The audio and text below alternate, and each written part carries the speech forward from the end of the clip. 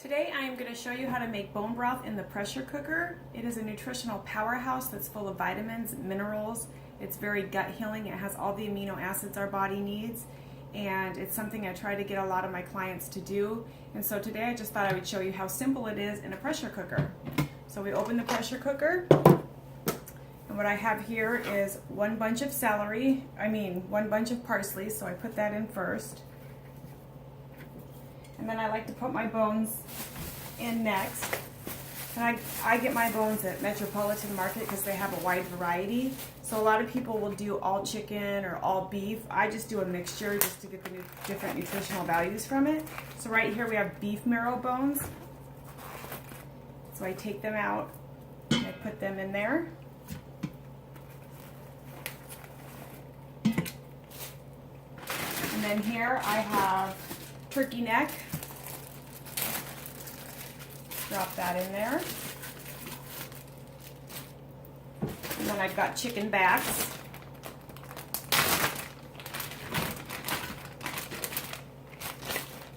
And then here I've got chicken feet, which is totally optional, but this is the secret to wonderful bone broth. It makes it thick and gelatinous versus it being watery and thin. Put those in there.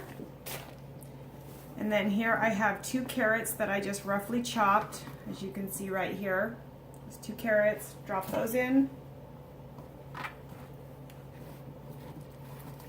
2 stalks of celery chopped, throw those in. And now normally I would put in onion as well, but I did a food sensitivity test that told me onion is a no-no because my body's reacting to it, so I'm going to leave that out, but normally you put that in because it's good for flavor. And a lot of people before they do this like to roast their bones first because it gives it a nice flavor, but I'm just into the simplicity of it, so I don't do that. Just a couple things of organic garlic. I also like to add jalapeno, so this is where you get to put a little of your personality or what you like in it. I like spicy, so I put jalapeno, but you can put anything or omit anything that you don't like in your own. I also put ginger. Let's tear it up and put it in there. I like to put Ceylon cinnamon sticks because they're really good for blood sugar, and so I like to add them wherever I can, and it gives it a nice flavor. This with some fennel seeds gives it almost like a Vietnamese flavor, which I really like. So that with roasted bones tastes very good. And then I throw in some chili flakes just because like I said, I like the spice.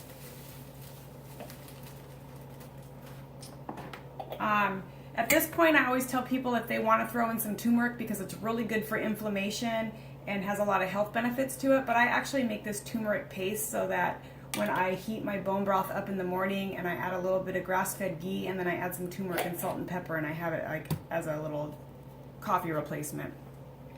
So then I add a couple bay leaves, thyme, oregano, whatever you want to put in here. Add salt and pepper at this point, but I don't just because I add it in the morning to the single cup that I'm drinking. Let's see if we can turn this camera. And then you would just want to fill with filtered water. I have a water machine that I'm going to use for it. So then you just fill it up. Bragg's apple cider vinegar. Add a little bit of that because that helps leach all the vitamins and minerals from the bones. You could put a couple tablespoons, half cup, I just put a lot because it's so beneficial that I like to get it in there as I can.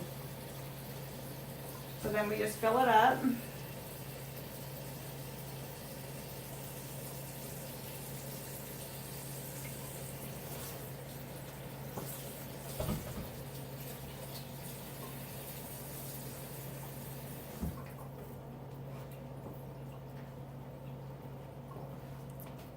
This camera back. So then that's pretty much it. Set it in here. What I typically do is prepare this the night before, and then when I leave for work in the morning, I turn the pressure cooker on so that it releases its steam, and by the time I get home it has cooked and cooled and everything, and then I can strain it. You put the lid on it, make sure the little steamer button's down, plug it in, and then you set the time manually for as much time as you like, but I just go full time, which is 2 hours on my pressure cooker, and then it will just cook as I go about my business during the day. I can do it now, do it later, and so that's the first part of bone broth. So we'll go ahead and let that cook, and I'll get back to you and show you what to do after it's cooked.